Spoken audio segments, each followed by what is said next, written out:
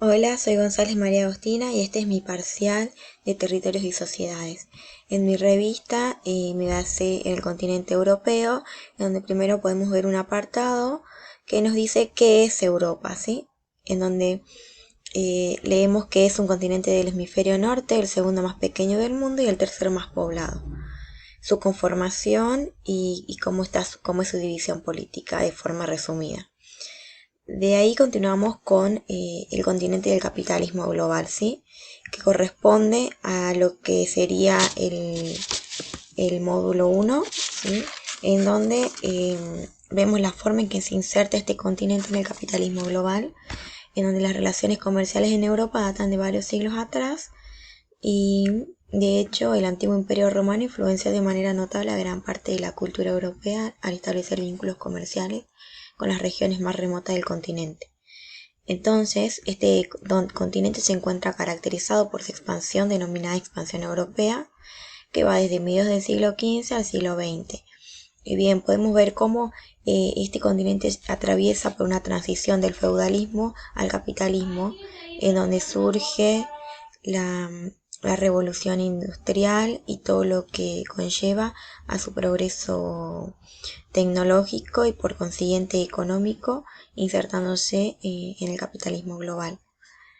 Bien, podemos ver y presenciar códigos QR que son, este mismo nos lleva para hablar específicamente en una página sobre qué es la revolución industrial, para ampliar mucho más sobre el tema, y después los siguientes audios, donde también ampliamos conceptos básicos del mismo, de lo abordado en el texto.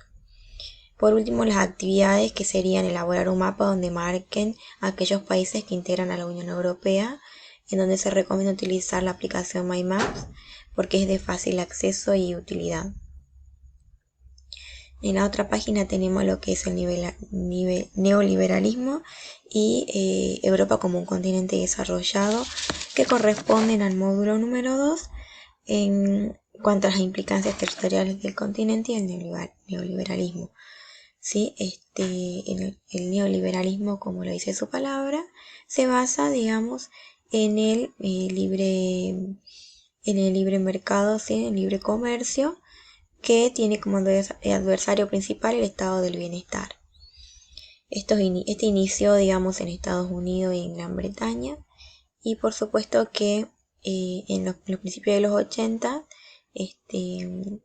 hay evidencias estadísticas sobre la oportunidad del neoliberalismo en lo que corresponde a la Unión Europea. También tenemos datos curiosos en burbujas como el que encontramos en este sector derecho, que corresponden al texto de Europa en un continente desarrollado, ¿sí? Porque hablando sobre las teorías del desarrollo, se encuentra como un país central, un continente central, con países que se encuentran en el auge del desarrollo. Es decir, que Europa tiene una economía capitalista desarrollada, lo que le permite beneficiarse de unas densidades de población alta y de ser un país rico, ¿sí? Con una economía potente y diversificada. También podemos obtener ciertos datos como que Europa, el potencial económico del mismo radica en 4 países, que serían Francia, Reino Unido, Alemania e Italia, que cuentan con las principales economías del mundo. Como dato curioso, tenemos que en cuanto a las teorías del desarrollo, no se puede ignorar el aporte realizado por lo que se denomina determinismo geográfico, es decir, que la ubicación geográfica y las zonas, de acuerdo a su clima, a la superficie, a la temperatura, a la humedad, las altitudes van a influir mucho también en lo que respecta al desarrollo de cada país. También tenemos un QR que nos lleva a ampliar un poquito la información sobre cuáles son los países centros o desarrollados, en donde van a encontrar un audio, y por último una actividad donde deben elaborar una presentación utilizando Genially, en donde expongan más datos sobre la economía europea y cómo ésta se convirtió en potencia mundial, ¿sí? También se pide que realicen investigaciones particulares y que citen en materia bibliográfica de acuerdo a las normas ZAPA. Por último, vamos a la página número 3, en donde tenemos la proyección del desarrollo.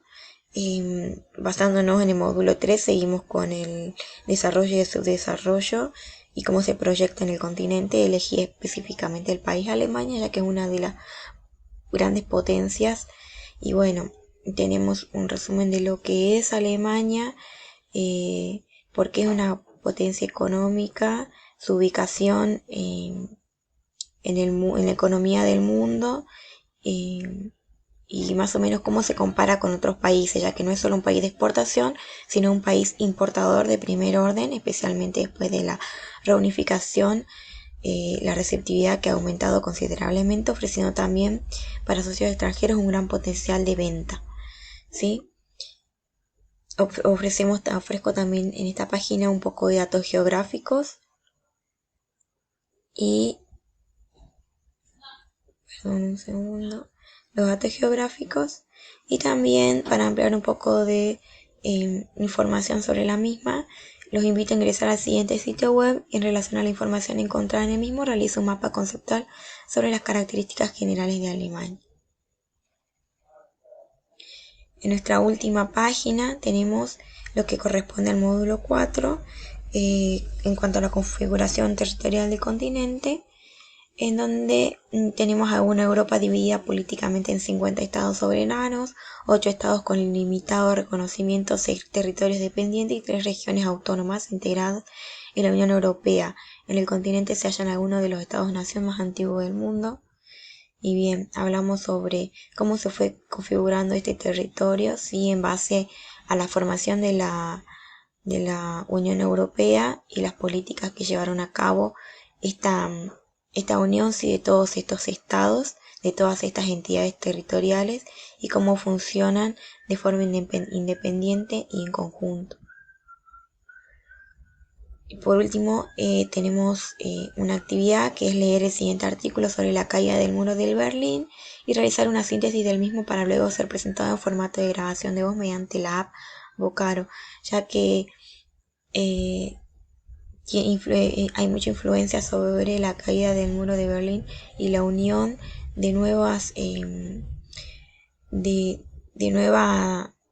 uniones a la apertura de la Unión Europea, ¿sí? Ya que se lleva una creación y consolidación de la Unión Europea y su complejo sistema institucional, en donde hasta 1999 había sido la Europa socialista o del Este, es decir, se integra a la Europa central, la Europa del Este. Y por último, un dato curioso sobre lo que son los fijos y los flujos, de acuerdo a Milton Santos, y bien, y cómo es la noción de espacio según su perspectiva. Muchas gracias.